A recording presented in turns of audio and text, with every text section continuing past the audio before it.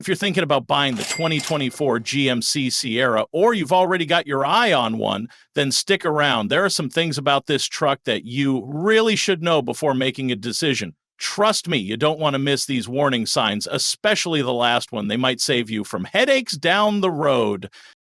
Let's start with something every truck owner feels right in the wallet: fuel economy. Yeah, we know trucks aren't supposed to be as fuel efficient as little sedans, but the 2024 GMC Sierra can be downright thirsty. If you're going with the 6.2-liter V8 engine, you better be ready for regular visits to the gas station. Even the smaller engines don't really impress when it comes to mileage. Sure, the diesel option offers slightly better numbers, but you're still not getting anything close to what's considered efficient. If you're used to road tripping or commuting daily, this could turn into a big deal real quick. And speaking of big deals, let's talk about the interior quality. Now, this is where expectations and reality don't quite line up. You'd expect a truck with a price tag that easily pushes into luxury SUV territory to have a refined plush cabin, right? Well, it's kind of a mixed bag. The upper trims do get some nice leather and tech features, but even then, some of the materials used feel and look a little too cheap. Hard plastics show up where you'd expect soft touch materials, especially around the doors and lower dash. It gives off the vibe that GMC cut a few corners where they shouldn't have. When you're spending that kind of money, you want to feel like you're sitting in something premium, not something that feels halfway finished.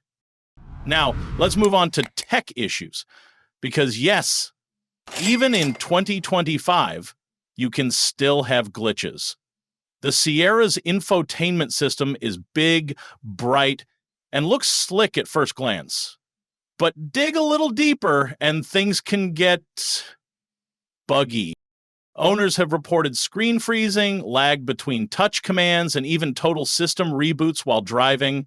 And it's not just annoying, it can be distracting, especially if you're relying on the GPS or trying to change the music mid-drive.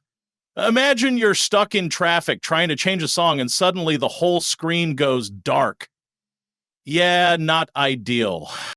And then there's ride comfort, or the lack of it. If you've been in other full-size trucks recently, you'll probably notice that the Sierra feels a little harsher, especially on uneven roads. It's firm, it bounces, and you feel more of the bumps than you might want to. Even in the higher trims, the adaptive suspension helps a bit, but it's only available on the Denali models.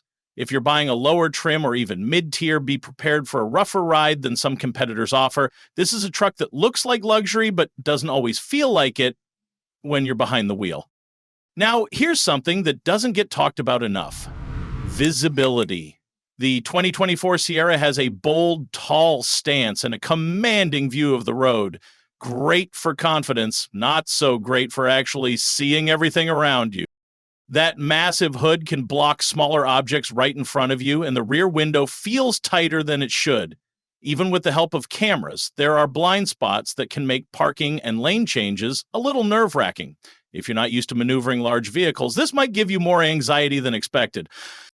Moving right along to something most people expect to be rock solid in a truck: the bed durability. The Sierra's multi-pro tailgate gets a lot of attention. And yeah, it's clever and convenient, but here's the issue. The actual truck bed, especially in models without a spray-in liner, can get scratched up faster than you'd think. A few loads of gravel or construction gear, and suddenly your shiny new bed looks like it's been through a war. And even with the liner, dents underneath are still possible, if you're planning on using this truck for real work.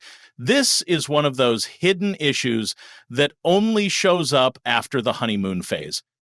All right, now we've got to talk about something a lot of owners have brought up: transmission hesitations. We're talking delayed shifts, rough transitions, and in some cases, a weird lag when accelerating from a stop. While it's not constant, when it does happen, it breaks the smoothness you'd expect from a modern 10-speed automatic. This can be frustrating, especially when you need power quickly, like when merging onto the highway or overtaking. And no, this isn't just about getting used to the truck. Even seasoned drivers have reported this. Some have taken theirs in for software updates, which helped a little, but others still say the issue persists. You shouldn't have to work around your transmission. It should just work. Let's get into a bigger picture issue now. Trim confusion and pricing tricks. The Sierra comes in several trims: Pro, SLE, Elevation, SLT, AT4, Denali, Denali Ultimate, and more if you include different cab and bed combinations. That sounds great until you try to actually build one. Suddenly, things get confusing. Some features you expect to be standard, like heated seats or certain safety features, are only available on higher trims or expensive packages. What looks like a good deal can balloon in price really fast. That affordable Sierra you saw in the commercial, add a few features, and suddenly it's $10, 0 cents K more.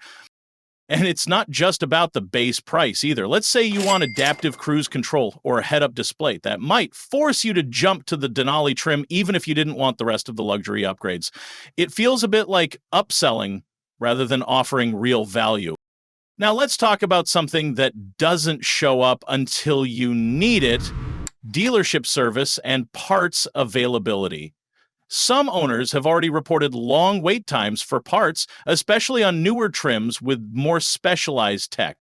Whether it's a faulty camera, a software update, or a transmission issue, people have been waiting weeks for repairs. And that's not just frustrating for folks who use their trucks for work, that's lost income. A truck is supposed to be reliable, not sitting in a service bay waiting for a back-ordered part. And finally, we've got to talk about resale value. This one might not affect you immediately, but in a few years, when you go to trade it in, it will. The Sierra doesn't seem to hold its value quite as well as some competitors, particularly the Ford F-150 and the Toyota Tundra. Early indicators show a steeper drop in value during the first few years, and that could mean a lower trade-in value or private sale price down the road. You could lose thousands more than you expected just because you picked the wrong batch. And no, it's not about GMC being a bad brand. It's more about how the market sees long-term reliability and demand. Right now, the Sierra is in a weird spot, priced like a luxury truck, but perceived more like a rugged workhorse with premium trim. That confusion reflects in resale numbers. If you're okay with a truck that might drink a bit more gas, has some tech hiccups, and isn't the softest ride on the road, the 2024 Sierra could still be a solid pick. But if you want a smoother, quieter, more refined experience with top-notch tech and premium interiors, you might want to look at other options or wait for updates. And hey, if you've driven or owned the 2024 Sierra, I'd love to hear your experience. What surprised you the most? Drop a comment below and let's chat. Remember, buying a truck is a big deal, and the more you know up front, the better off you'll be. So take your time, do your research, and don't ignore these warning signs. Thanks for watching. If you found this helpful, hit that like button, subscribe for more honest reviews, and I'll catch you in the next video.